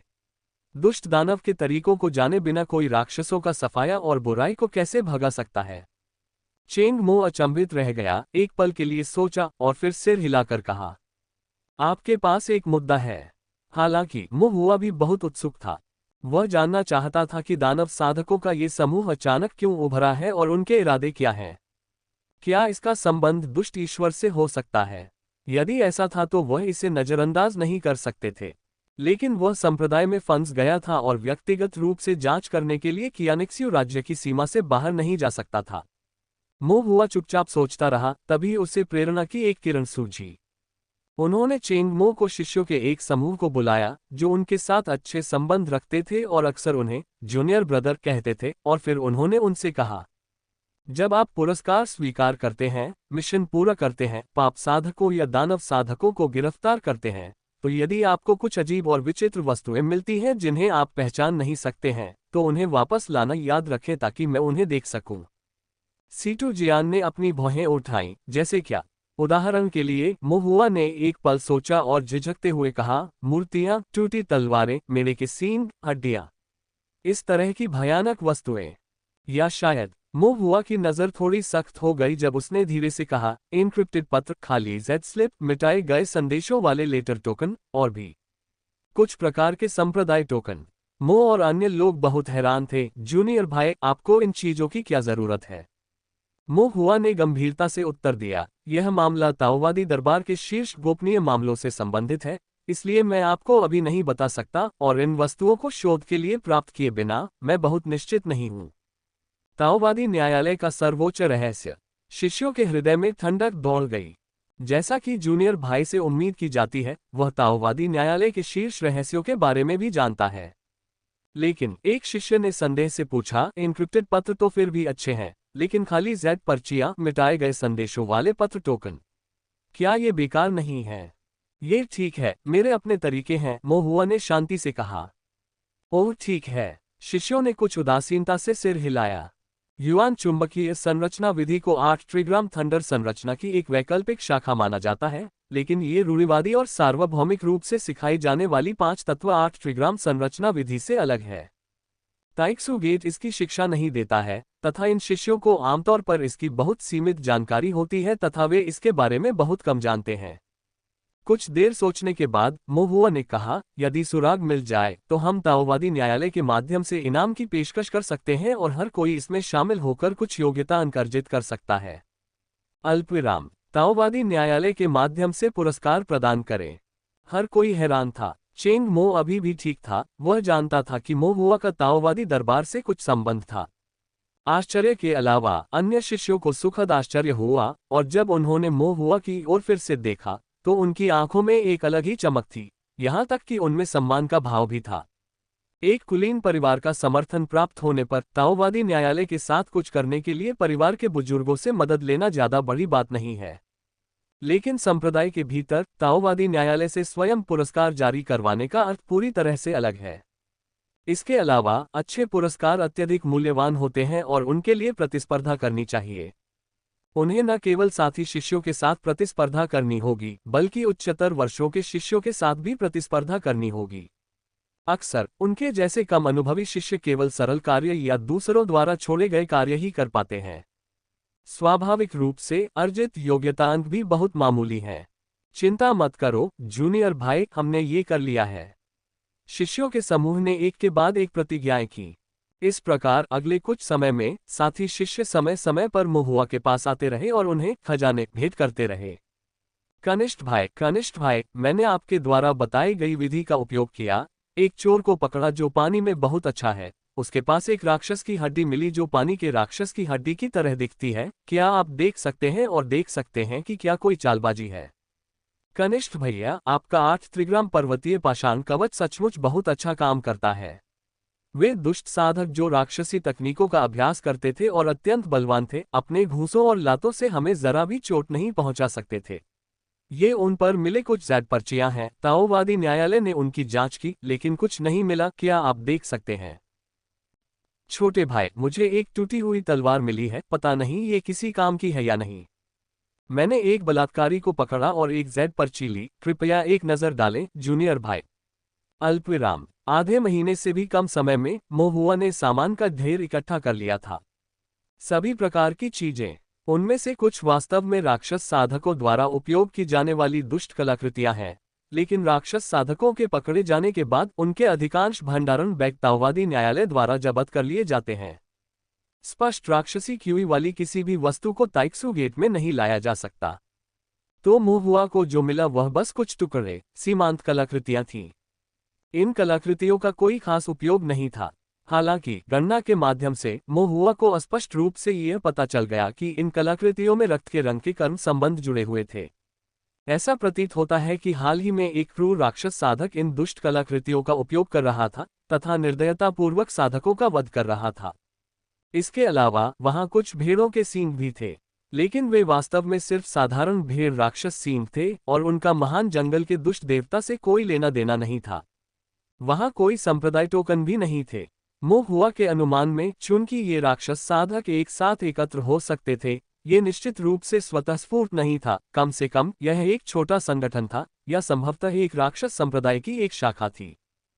यदि ऐसा है तो संभवतः दानव संप्रदाय टोकन होंगे। सिद्धांत रूप में दानव संप्रदाय टोकन ताइक्सू गेट या अन्य संप्रदाय टोकन के समान होने चाहिए, जो युआन चुंबकीय संरचना की नींव पर निर्मित हो और कार्य में विस्तारित हो। बुनियादी सुविधाओं में संचार कार्यक्षमता होगी। यदि अधिक उच्च स्तरीय हो तो ताइक्सू गेट में मेरिट पवेलियन जैसा कुछ होगा जिसमें संप्रदाय के कई खजाने हैं। यदि वह इनमें से एक टोकन प्राप्त कर सके तो उसे और अधिक शोध करना होगा। महुआ अपने दिल में बहुत उत्सुक था। बस बात यह है कि ऐसे संप्रदाय टोकन अभी तक नहीं मिले थे। इसके बजाय महुआ को एक लेटर टोकन प्राप्त हुआ। कुछ दिनों बाद यांग खियानजुन ने महुआ को एक लेटर टोकन दिया और कहा, चेंग मो और अन्य लोग खियानशु राज्य की सीमा के पास किंगपिंग नामक एक द्वितीय श्रेणी के छोटे अमर शहर में एक कार्य कर रहे थे। कार्य पूरा होने के बाद जब हम वापस लौट रहे थे तो हमने एक साधक को चुपके से इधर उधर घूमते देखा, जो स्पष्ट रूप से किंगपिंग शहर के किसी साधक जैसा नहीं लग रहा था। इसलिए हमने उससे सहजता से कुछ प्रश्न पूछे। किसान के उत्तर पक्के थे, लेकिन कभी कभी उसकी आंखें चकरा जाती थीं, मानो वह कुछ छिपा रहा हो। मुझे यह अजीब लगा, इसलिए मैंने वहां से जाने का नाटक किया, लेकिन वास्तव में वापस लौटकर मैंने चुपके से उसका पीछा किया और पाया कि यह साधक अज्ञात उद्देश्यों से अपने आप को छिपाने के लिए मानव त्वचा का उपयोग मुखौटे के रूप में कर रहा था। चेंग मो और हम में से कुछ लोगों ने मिलकर उसे वश में किया और ताओवादी दरबार में भेज दिया। बाकी सब कुछ ताओवादी दरबार ने जब्त कर लिया, लेकिन इस लेटर टोकन से सब कुछ मिटा दिया गया था, इसलिए मैं इसे आपके लिए वापस ले आया हूं। महुआ ने लेटर टोकन लिया और एक पल के लिए उसकी जांच की। यह एक हल्के हरे रंग का लेटर टोकन था जो औषधीय गोलियों और खून की गंध से सराबोर था। दिव्य ज्ञान ने लेटर टोकन की जांच की और वास्तव में यह अंदर से खाली था, सब कुछ मिटा दिया गया था। पहली नजर में तो ऐसा ही प्रतीत हुआ, लेकिन उसकी आंखों में एक चिंतनशील नजर के साथ मोहुआ की गहरी नजर उस पर पड़ी, और वह देख सकता था कि शून्यता के नीचे अव्यवस्थित अनिर्धारित चुंबकीय पैटर्न, नियमित निश्चित चुंबकीय पैटर्न और सूक्ष्म और अविनाशी माध्यमिक थंडर पैटर्न थे। वर्षा के बाद भी निशान बचे रहते हैं, हंसों के उड़ जाने के बाद भी प्रतिध्वनियां बनी रहती हैं। सभी दिखावे के नीचे निशान होते हैं, बस कुछ लोग उन्हें देख नहीं पाते। ये लेटर टोकन वास्तव में उपयोगी है? यान कियानजुन ने मोहुआ को एकाग्र भाव से देखते हुए पूछा। हाँ, मोहुआ ने सिर हिलाया। धन्यवाद भाई यान। यान कियानजुन मुस्कुराया। मदद करके खुशी हुई जूनियर भाई, औपचारिकताओं की कोई आवश्यकता नहीं है। यान कियानजुन मोहुआ से कुछ साल बड़ी थी, और वे एक दूसरे को इसी नाम से संबोधित करते थे। मोहुआ ने उन्हें बड़ा भाई कहा, जबकि उन्होंने मोहुआ को छोटा भाई कहकर संबोधित किया। शिष्य के निवास पर लौटने के बाद मोहुआ ने लेटर टोकन को पुनर्स्थापित करने पर काम करना शुरू कर दिया। वह पहले से ही पूरी प्रक्रिया में पारंगत था। चमकदार रोशनी वाले डेस्क पर एक एरे प्लेट, फॉर्मेशन पेपर और स्याही रखी गई थी। मोहुआ ने सबसे पहले लेटर टोकन को अलग किया, फिक्स्ड मैग्नेटिक पैटर्न को लिपिबद्ध किया, सेकेंडरी थंडर पैटर्न को रिकॉर्ड किया और फिर उन्हें एक अन्य एरे प्लेट पर सिम्युलेट किया। उन्होंने एल्डर मास्टर जुन से फिक्स्ड मैग्नेटिक पैटर्न एनोटेशन पर एक पुस्तक प्राप्त की थी, ये जानते हुए कि प्रतीत होता है कि अमूर्त और जटिल फिक्स्ड मैग्नेटिक पैटर्न मूलतः फॉर्मेशन पैटर्न की शैली में आइडियोग्राफिक कैरेक्टर का एक रूप थे। यद्यपि फिक्स्ड मैग्नेटिक पैटर्न एनोटेशन व्यापक नहीं था, केवल कुछ सामान्य एनोटेशन को कवर करता था, यह मोहुआ के वर्तमान उपयोग के लिए मुश्किल से पर्याप्त था। इन टिप्पणियों की मदद से मोहुआ इन स्थिर चुंबकीय पैटर्नों के अर्थ को लगभग पूरी तरह से समझ सका। उन्होंने सर्वप्रथम एरे प्लेट पर स्थिर चुंबकीय पैटर्न की प्रतिकृति बनाई। फिर उस आधार पर उन्होंने सेकेंडरी थंडर पैटर्न का अनुकरण किया, जिससे लेटर टोकन के भीतर मिटाए गए पाठ को स्वयं ही पुनः निर्मित किया। जैसे जैसे चुंबकीय पैटर्न बहाल होते गए, संरचना प्रवाहित होती गई और एक एक करके लुप्त पाठ धीरे धीरे पुनः प्रकट होने लगे। अप्रैल 14वीं साथी संप्रदायतावादी किंगपिन शहर में इकट्ठा हों। इसके बाद कुछ शब्द गायब थे। ये निश्चित नहीं था कि यह फिक्स्ड मैग्नेटिक पैटर्न की प्रतिकृति बनाने में गलती थी या सेकेंडरी थंडर पैटर्न में कोई त्रुटि थी। मोहुआ ने निष्कर्ष जारी रखा, किंगपिन शहर में इकट्ठा हो जाओ, नष्ट करने के लिए। नष्ट करना? मोहुआ अचंभित रह गया, उसकी आंखें थोड़ी कठोर हो गईं, उसे कुछ अशुभ महसूस हो रहा था। उन्होंने निष्कर्ष जारी रखा और अंतिम दो शब्द धीरे धीरे सामने आ गए। पूरा परिवार कुल। मोहुआ चौंक गया, सभी शब्दों को जोड़ते हुए। 14 अप्रैल साथी संप्रदायतावादी किंगपिन शहर में इकट्ठा होते हैं, नष्ट करने के लिए। पूरे परिवार कबीले को। मोहुआ ने गहरी ठंडी सांस ली। विनाश। बिशन शहर के जी परिवार को आग, विच्छेदन, चीख, संघर्ष, दर्दनाक दृश्यों के बीच कल्टीवेटर्स द्वारा मार दिया जाना, ये सब मोहुआ के दिमाग में फिर से उभर आया। मोहुआ को इस पर विश्वास करना कठिन लगा। ये दानव साधक, वे अभी भी विनाश की योजना बना रहे हैं।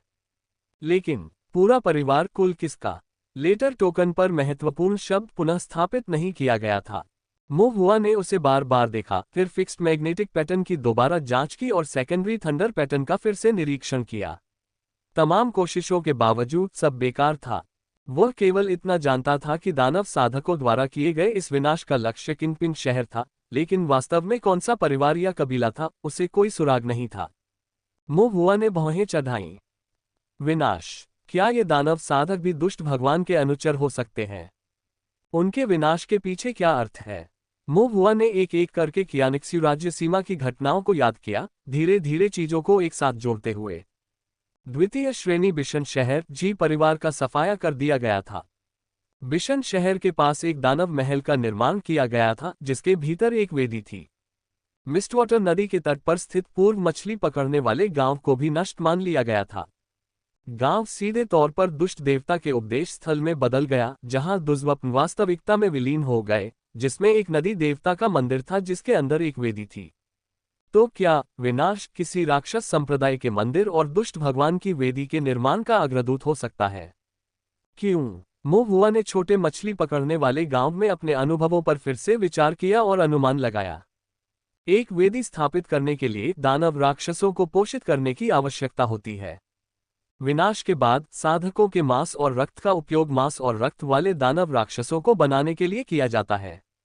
साधकों की अवशिष्ट दिव्य आत्माओं का उपयोग दुष्ट आत्माओं को उत्पन्न करने के लिए किया जाता है।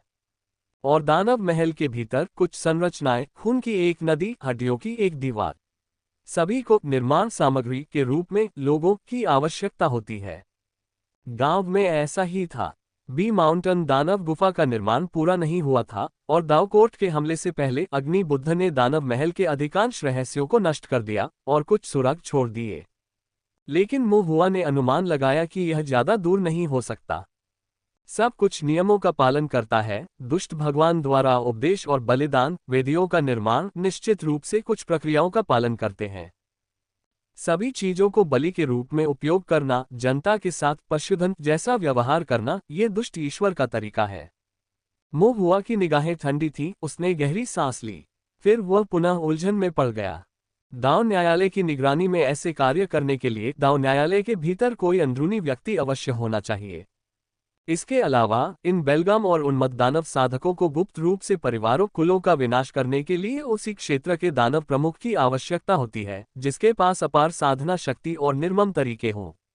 इससे पहले यह अग्नि बुद्ध थे जिन्होंने फाउंडेशन स्थापना के चरम पर निश्चित तकनीकों का अभ्यास किया था। लेकिन अब जब अग्नि बुद्ध मर चुके हैं तो ऐसा और कौन कर सकता है? मुहुआ इसे समझ नहीं सका।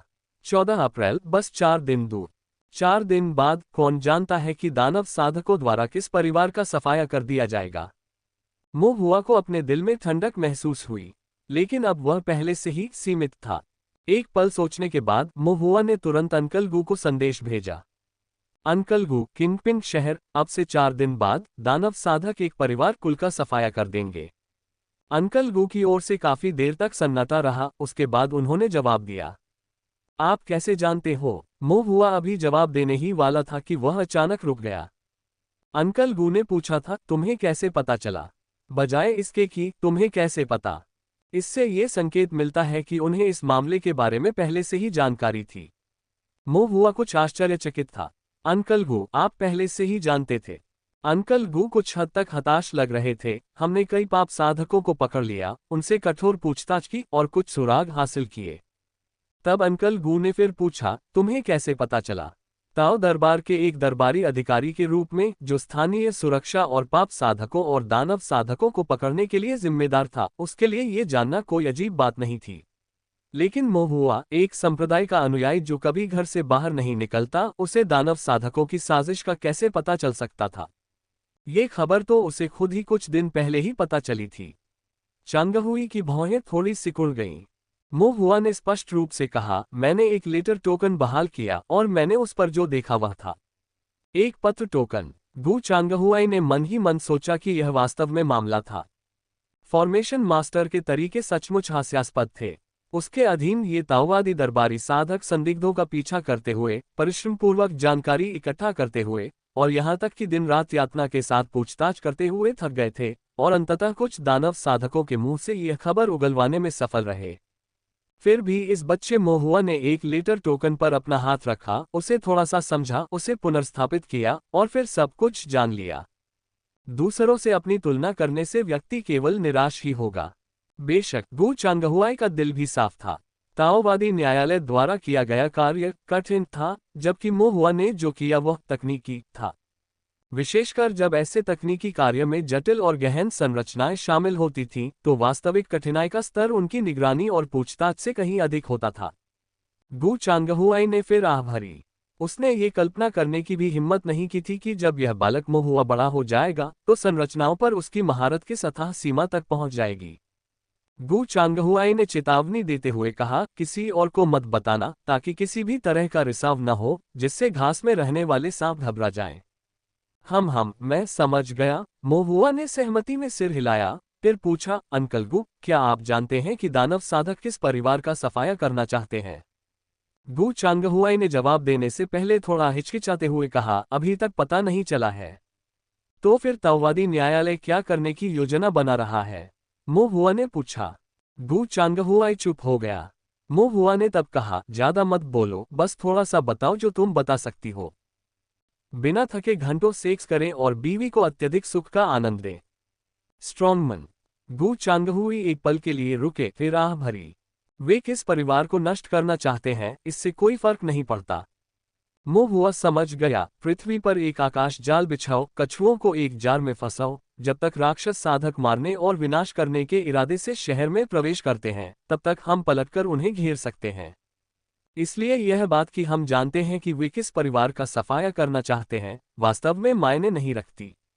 क्या ये सही है अंकल गू? गू चांग हुई, आपने तो सब कुछ कह दिया, अब मुझे और क्या कहना है? कमोबेश, गू चांगहुआई ने स्पष्टता से कहा। मो हुआ ने एक पल सोचा, फिर अचानक कहा, अंकल गू, किंगपिंग शहर एक द्वितीय श्रेणी का अमर शहर है, किसी भी तरह से छोटा नहीं है। ताओवादी न्यायालय की जनशक्ति पर्याप्त नहीं है ना? गू चांगहुआई ने सावधानी से पूछा, आप क्या करने की कोशिश कर रहे हैं? मो हुआ ने धीरे से कहा, क्या आप चाहते हैं कि मैं आपके लिए कुछ मदद ढूंढूं?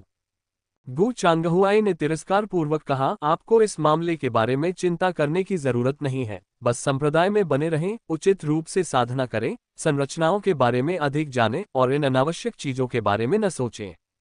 यद्यपि ताओवादी न्यायालय के पास पर्याप्त जनशक्ति नहीं है, फिर भी हम अभी आपकी सहायता मांगने की स्थिति में नहीं पहुंचे हैं। मो हुआ ने बुदबुदाया, कियानिक्स्यू राज्य सीमा के आसपास एक द्वितीय श्रेणी अमर शहर राक्षस साधक इकट्ठा होकर एक परिवार को खत्म करने की साजिश रच रहे हैं। वे ऐसी चीजें करने की हिम्मत करते हैं। ताओवादी दरबार के अंदर कोई जासूस अवश्य होगा, है ना? अंकल गू, क्या आप सचमुच ताओवादी दरबार के लोगों पर भरोसा करते हैं? मो हुआ के पूछने पर गू चांगहुई चुप हो गया। छछूंदर का मामला ऐसी बात थी जिसे हर कोई चुपचाप समझता था। और यदि वे किंगपिंग शहर में घात लगाकर कछुओं को एक जार में फंसाना चाहते हैं, तो इसके लिए निश्चित रूप से बड़ी संख्या में लोगों की आवश्यकता होगी। गू परिवार के साधकों के अलावा निश्चित रूप से अन्य ताओवादी दरबारी साधक भी इसमें शामिल होंगे। गू परिवार के साधक स्वीकार्य थे क्योंकि वह उनकी नींव जानता था, लेकिन अन्य ताओवादी दरबारी साधकों के लिए वे अच्छे थे या बुरे, और वे अपने हृदय में क्या छिपा रहे थे, ये निश्चित रूप से कहना कठिन था। एक पल सोचने के बाद गू चांगहुई ने मो हुआ से पूछा, आपको ये जनशक्ति कहाँ से मिली? वह सचमुच जिज्ञासु था। मो हुआ ने गर्व से कहा, वे सभी मेरे ताइक्सू गेट के साथी शिष्य हैं, मुझसे बहुत परिचित हैं और उनकी पृष्ठभूमि बहुत स्पष्ट है, कम से कम ताओवादी न्यायालय की तुलना में बहुत अधिक स्वच्छ है। और वे सभी मुझे जूनियर भाई कहते हैं। गू चांगहुआ स्तब्ध और कुछ हद तक आश्चर्यचकित दिखे। ताइक्सू गेट के भीतर मो हुआ के संबंध और नेटवर्क अधिकाधिक रहस्यमय होते जा रहे हैं। हालांकि गू चांगहुआई ने फिर भी अपनी चिंता व्यक्त की, नहीं, ये बहुत खतरनाक है, वे राक्षस साधक कम से कम नींव स्थापना के मध्य या अंतिम चरण में हैं। मो हुआ ने कहा, ये ठीक है, वे सीधे तौर पर संलग्न नहीं होंगे, उन्हें केवल जाल बनाने और परिधि को पकड़ने में मदद करने की आवश्यकता है, बचे हुए को उठाना पर्याप्त है। ये निश्चित रूप से ताओवादी न्यायालय के अनुभवी प्रवर्तन नेता हैं जो ऐसे खतरनाक कार्यों के लिए उपयुक्त हैं। गू चांगहुआई ने थोड़ा सिर हिलाया, ये समाधान भी स्वीकार्य है। कुछ देर सोचने के बाद गू चांगहुआई ने पूछा, क्या आप उनके लिए मेरिट पॉइंट अर्जित करने की कोशिश कर रहे हैं? बिल्कुल, मो हुआ ने सच्चाई से कहा, दुनिया में मुफ्त भोजन जैसी कोई चीज नहीं होती। मो हुआ ने आगे कहा, इसके अलावा मैं आपसे काफी परिचित हूं अंकल गू, कभी कभार बिना वेतन के कुछ काम करना ठीक है, थोड़ा नुकसान उठाना ठीक है, लेकिन उनके लिए बात अलग है। वे कुलीन परिवारों के बेटे हैं जिन्हें अपनी प्रतिष्ठा की परवाह है। ऐसे मिशन पर जाकर वे कुछ मेरिट पॉइंट कैसे नहीं कमा सकते? क्या ये शर्मनाक नहीं होगा? गू चांगहुआई ने अपने होंठ मोड़ लिए।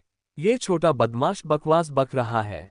वास्तव में उसने पहले कभी भी बिना वेतन वाला काम नहीं किया है। नुकसान उठाने की तो बात ही छोड़ दीजिए, अधिकांशतः वही दूसरों को नुकसान पहुंचाता है। फिर ठीक है, गू चांगहुई ने आह भरी। मो हुआ ने सावधानी से पूछा, तो आप कितने मेरिट पॉइंट दे सकते हैं? घुटने के दर्द से पीड़ित लोगों को ये पढ़ना चाहिए। भारत का नान एक तेल जो बालों को फिर से सिर्फ एक हफ्ते में मिलता है। गू चांगहुई ने उत्तर दिया, 200। मो हुआ ने अपना सिर हिलाया, कम से कम 400। गू चांगहुई को थोड़ा सिरदर्द महसूस हुआ। कुछ अनिच्छुक सौदेबाजी के बाद मेरिट अंकों की अंतिम राशि 300 तय की गई। मो हुआ ने अपनी पूरी कोशिश की थी। एक जूनियर भाई के रूप में वह केवल यही कर सकता था, लेकिन औसत शिष्यों के लिए 300 मेरिट पॉइंट कोई छोटी रकम नहीं थी।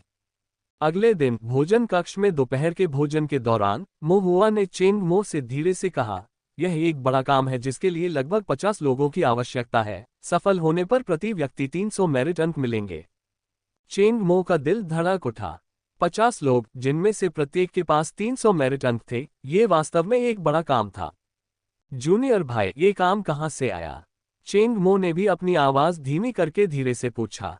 मो हुआ ने जवाब दिया, मैं अभी विवरण नहीं बता सकता, समय आने पर आपको पता चल जाएगा, लेकिन ये कार्य काफी जोखिम भरा है, हमें निश्चित रूप से अनुभवी लोगों की आवश्यकता है।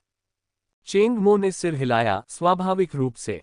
इसके अलावा, मो हुआ ने कुछ क्षण सोचा और फिर कहा, हमें परिचित चेहरे चाहिए, जिन्हें हम अच्छी तरह जानते हों, ताकि खबर लीक न हो। इसके अलावा, कियान राज्य के बाहर के कुलीन परिवारों के बेटों को खोजने की कोशिश करें, जिनका कियान राज्य के स्थानीय परिवारों के साथ महत्वपूर्ण संबंध नहीं है। अगर यह कियान राज्य के स्थानीय परिवार से कोई है, तो यह एक अच्छा रिश्ता होना चाहिए, जैसे कि हाओ जुवान का। चेंग मो उलझन में था, लेकिन उसने हमेशा मो हुआ पर भरोसा किया। मो हुआ ने जो कहा वह हमेशा सही था, और आवश्यकता से अधिक पूछने की कोई आवश्यकता नहीं है। चिंता मत करो जूनियर भाई, चेंग मो ने अपनी छाती थपथपाई, इसे मुझ पर छोड़ दो। उसके बाद चेंग मो ने गुप्त रूप से भर्ती करना शुरू कर दिया और अंततः 50 शिष्यों को ढूंढ लिया। सीटू जियान, यान कियानजुन, हाओ जुवान और यी ली जैसे परिचित लोगों के अलावा अधिकांश वे लोग भी थे जिनके साथ उनका पहले संपर्क था, विश्वसनीय शिष्य जो अपनी ईमानदारी के लिए जाने जाते थे। और 300 मेरिट अंकों के वादे के साथ मना करने का कोई कारण नहीं था। वे बिना कुछ सोचे सहमत हो गए। मो हुआ की दिव्य इंद्री ने तेजी से सभी को देखा और संतुष्टि से सिर हिलाया।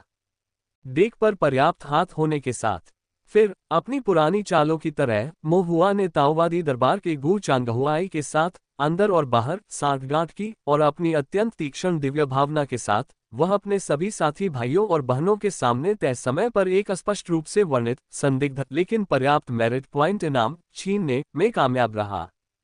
जैसे भूखे भेड़ियों के झुंड के सामने मोटे मांस का एक बड़ा टुकड़ा छीनना। हुआ ने इनाम स्वीकार कर लिया, लेकिन वह कियानिक्स्यू राज्य की सीमा से बाहर जाने में असमर्थ था, इसलिए उसने टीम का नेतृत्व करने के लिए मिशन का कार्यभार चेंगमो को सौंप दिया। हालांकि मु हुआ ने इनाम की सामग्री का खुलासा नहीं किया। प्रस्थान से एक रात पहले ही मु हुआ ने सभी को इकट्ठा किया और इनाम से संबंधित कुछ सावधानियों के बारे में बताया।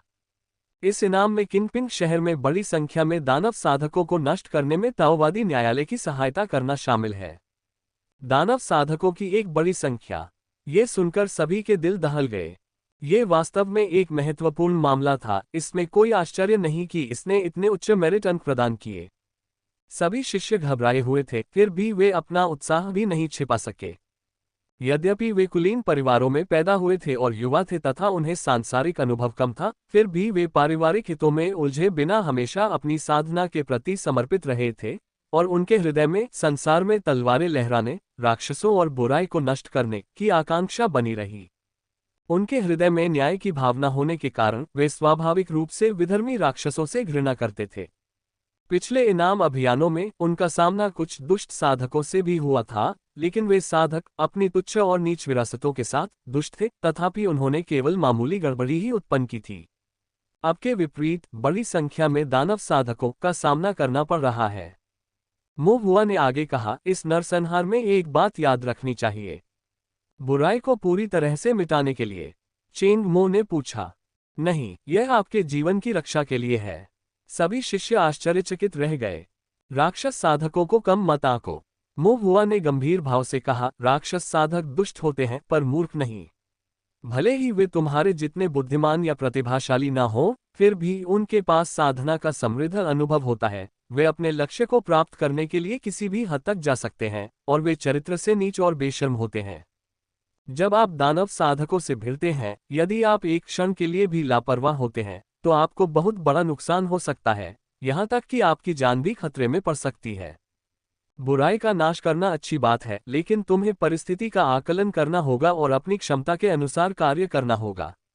मैं चाहता हूं कि तुम पुण्य कमाओ, अपनी जान मत गंवाओ। मो हुआ ने आह भरी, अगर तुम्हें कुछ हो गया तो संप्रदाय के बुजुर्ग मुझे दोषी ठहराएंगे, और मैं भविष्य में तुम्हें ताओवादी दरबार से कोई भी कार्य नहीं सौंप पाऊंगा। शिष्यों ने सिर हिलाकर आश्वासन दिया, वरिष्ठ भाई सचमुच विचारशील हैं। उनके दिलों में गर्माहट महसूस हुई। मो हुआ ने निष्कर्ष देते हुए कहा, इसलिए जब आप बाद में कार्य करें तो 5 के समूह में एक साथ रहें, एक दूसरे पर नजर रखें और एक दूसरे का समर्थन करें, तथा जीवित रहना ही प्राथमिकता हो। राक्षस साधकों के साथ सीधे टकराव को ताओवादी न्यायालय पर छोड़ दें। आप सभी केवल परिधि से समर्थन करने तथा जाल से बच निकलने वालों से निपटने के लिए जिम्मेदार हैं।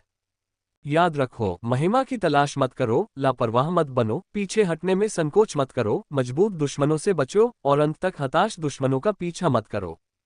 सभी को सुरक्षित जाना चाहिए और सुरक्षित वापस आना चाहिए।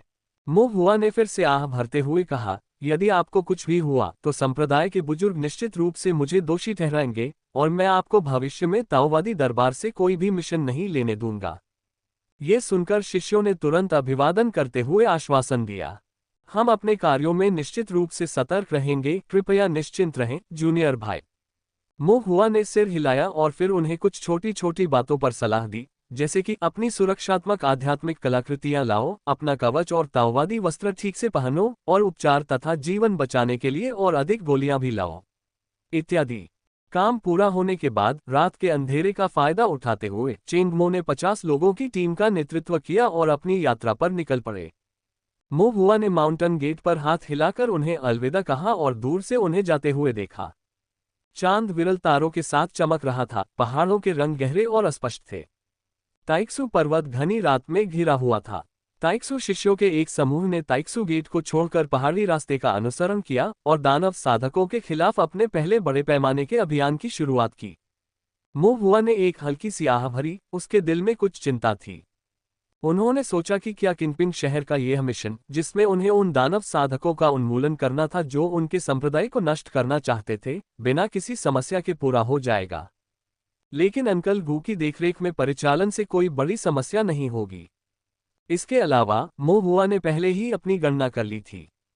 यद्यपि उनकी गणना पद्धति अभी भी अपरिपक्व थी और वे स्पष्ट कारण और प्रभाव का पूर्वानुमान नहीं लगा सकते थे, कम से कम उन्हें कोई ऐसा शकुन नहीं दिखाई दिया जिससे उनका हृदय भय से उछल पड़े।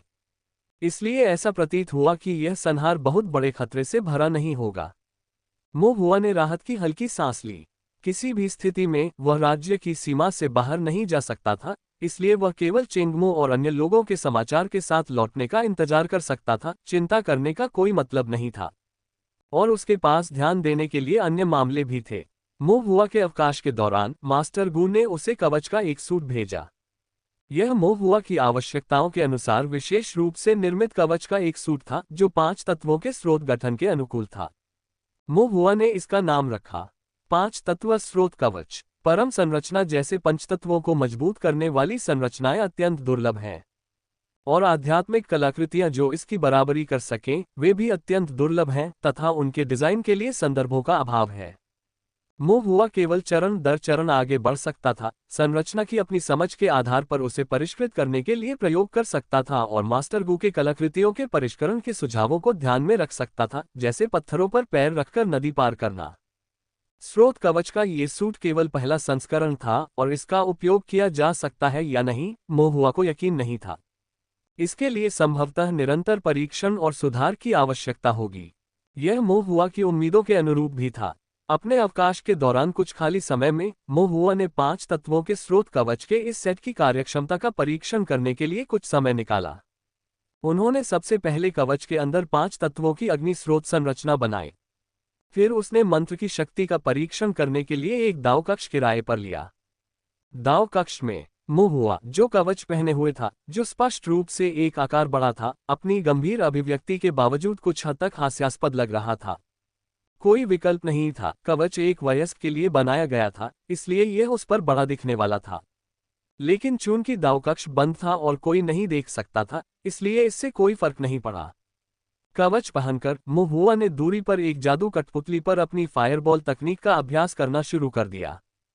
कवच से निकली लाल रोशनी की एक चमक ने मो हुआ को घेर लिया। उसकी उंगली के एक झटके से एक फायरबॉल तकनीक निकली जिससे आग की एक भयंकर रेखा बनी, जिसने दूर स्थित कठपुतली पर प्रहार किया। इसके बाद विस्फोट हुआ और आग भड़क उठी। अग्नि श्रृंखला आध्यात्मिक शक्ति द्वारा मंत्र कठपुतली को काला कर दिया गया था, लेकिन संरचना के प्रभाव के तहत धीरे धीरे अपनी मूल स्थिति में बहाल हो गया। फायरबॉल तकनीक कमजोर नहीं थी, लेकिन मुहुआ ने धीरे धीरे अपनी भौहें सिकोड़ ली। कुछ ठीक नहीं है। कवच बेकार था। उन्होंने कवच को पुनः उतार लिया, उसे अलग किया तथा संरचना का ध्यानपूर्वक निरीक्षण किया। मुहुआ प्रथम श्रेणी 13 पैटर्न 5 तत्व अग्नि स्रोत संरचना से पूरी तरह परिचित था। प्रत्येक स्ट्रोक और रेखा सटीक और सटीक थी।